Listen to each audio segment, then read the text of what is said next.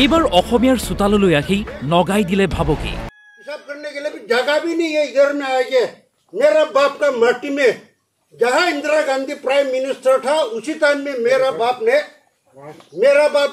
Underground में major general था उसका रेवोल्यूशन किया। ये लोग मट्टी ले और अभी हम लोग मजा में সৰু পথাৰৰ নামবৰ বনাঞ্চল নগাৰ বুলি দাবী অসমীয়াক। নাগালেণ্ড আৰক্ষী সীমান্তৰ নিৰাপত্তা বাহিনীও দিলে ভয় ভাবুকি। ये कोई मालूम नहीं हमारे गवर्नमेंट का आप हिंदी बोलने सकते हैं ना। गवर्नमेंट का ये रुकने से हम लोग गवर्नमेंट को इतना दिन लगते ये हिंदी से हम तो आप या हम नहीं कर सकते। हिंदी से हम लिखा है एक नং और 2 नং ৰজাপুখুৰী নগাৰ বুলি অসমীয়াৰ চোতালত দাবী। ৰেংমা বনাঞ্চল উচ্ছেদ হল। ৰেংমাৰ বহু অংশ নগাৰ বুলি দাবী কৰি আৰম্ভ কৰিছে আগ্ৰাসন। এইবাৰ ৰজাপুখুৰী এই সকল অসমীয়াৰ চোতাললৈ আহি মাটি নগাৰ বুলি দাবী কৰিছে নগাই।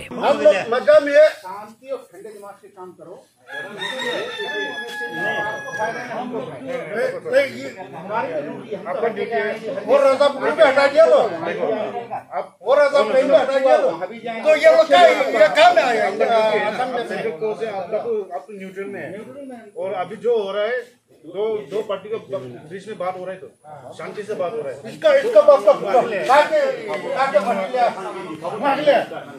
পূৰ্বপুৰুষ নগাইখিনো এওঁলোকক বহিবলৈ দিছিল এইখিনি মাটি। এতিয়া এই স্থানত অসমীয়াৰ অধিকাৰ নাই বুলি দাবী কৰিছে আৰু তাৰ পাছতে দিছে ভাবুকি।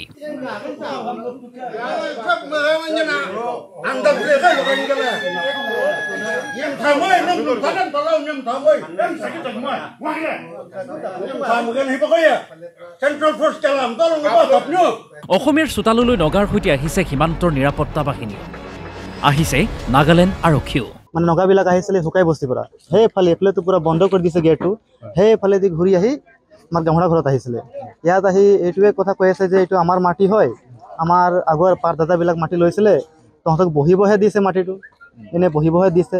সেইকাৰণে ইয়াত মিলামিলি কৰিম আৰু মিলামিলি কৰি পিছত মানে মিলিলে আৰু এইটোৱে টেক্সে খুজিব 0.5% যিকোনো খেতি কৰিলে। এইটোৱে কৈ আছিলে। মানে তোমালোকে দিবা নেকি টেক্স?